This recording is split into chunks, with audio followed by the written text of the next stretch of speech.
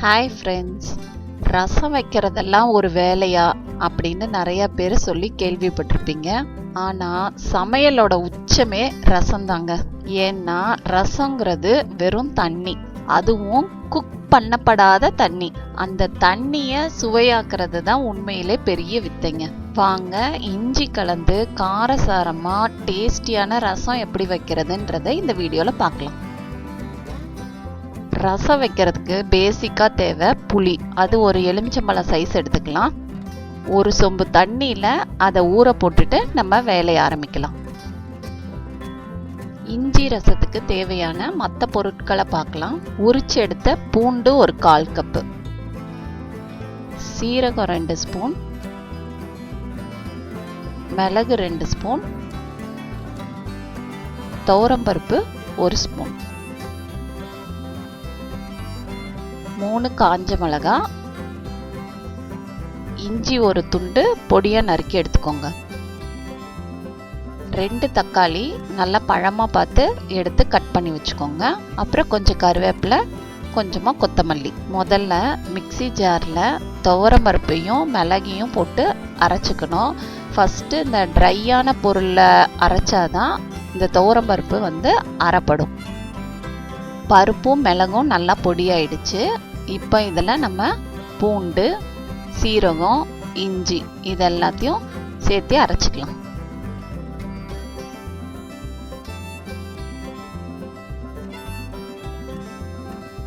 ரசத்துக்கு தேவையான கலவை இப்போ ரெடி ஆயிடுச்சு. புளியையும் நல்லா பிசைஞ்சு வடிகட்டி புளிக்கரசலாக எடுத்து வச்சாச்சு. இப்போ நம்ம ரசம் வைக்கிறதுக்கு அடுப்பை பற்ற வைக்க வேண்டிய நேரம். ஃபஸ்ட்டு கடாய் நல்லா சூடானதும் அதில் 2 ஸ்பூன் எண்ணெய் விட்டுக்கிறோம்.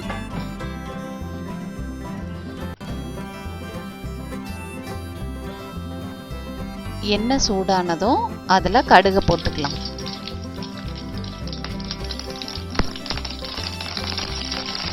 கடுகெல்லாம் நல்லா வெடிச்சதும் அதில் கருவேப்பிலை போட்டுக்கலாம்.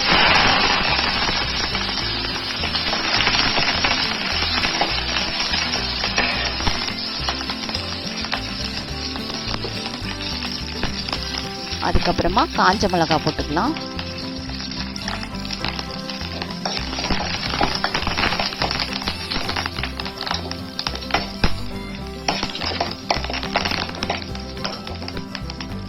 இதுல தக்காளியும் சேர்த்து நல்லா வதக்கிக்கலாம்.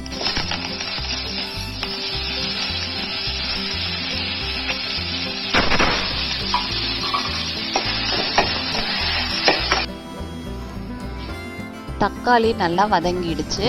இப்போ இதில் 1 சிட்டிகை அளவு பெருங்காயத்தூளை சேர்த்து நல்லா கிண்டி விட்டுக்கலாம்.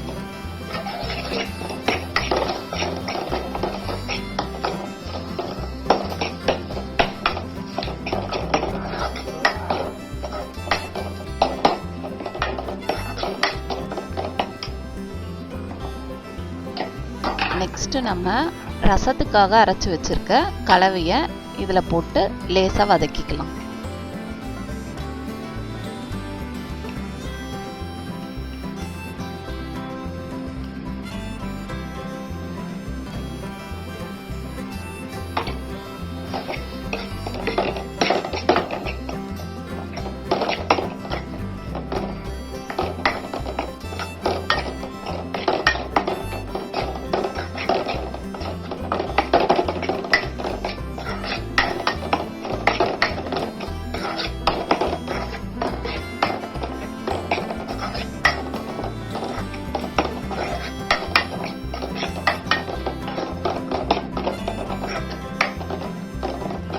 லேசாக வதங்கினா போதுங்க. இப்போ நம்ம கரைச்சி வச்சிருக்க புளி தண்ணியை இதில் சேர்த்துக்கலாம். புளி தண்ணி சேர்த்ததுக்கப்புறமா ஒரே ஒரு கொதி வர வரைக்கும் வெயிட் பண்ணால் போதுங்க. ரொம்ப கொதிச்சிடக்கூடாது. இதில் இப்போ உப்பு சேர்த்துக்கலாம். இதோ பாருங்க, சைட்ல எல்லாம் ரசம் லேசாக கொதிச்சு வர்றது தெரியுது. இப்படி வந்துருச்சுனாலே கொத்தமல்லியை மேலே தூவி ஸ்டவ் ஆஃப் பண்ணிடலாம். ரசம் ரெடி ஆயிடுச்சு. ரசத்தில் பைனாப்பிள் ரசம் எப்படி ஸ்பெஷலோ அதே மாதிரி தாங்க இஞ்சி ரசமும். இஞ்சியோட ஃப்ளேவர் இந்த ரசத்தில் லேசாக கலந்துருக்கிறதுனால ரசத்தோட டேஸ்ட் பல மடங்கு அதிகமா இருக்கும். இத வீட்ல செஞ்சு பாருங்க. குடும்பத்துல இருக்க எல்லாரும் உங்க ரசத்துக்கு அடிமையாயிடுவாங்க. இந்த வீடியோ உங்களுக்கு பிடிச்சிருந்ததுன்னா லைக் பண்ணுங்க, ஷேர் பண்ணுங்க. இஞ்சி ரசத்தை செஞ்சு பார்த்துட்டு எப்படி வந்துச்சுன்னு எனக்கு கமெண்ட் பண்ணுங்க. மறக்காம மாஸ்டர் ஆஃப் சமையல் சேனலை சப்ஸ்கிரைப் பண்ணுங்க.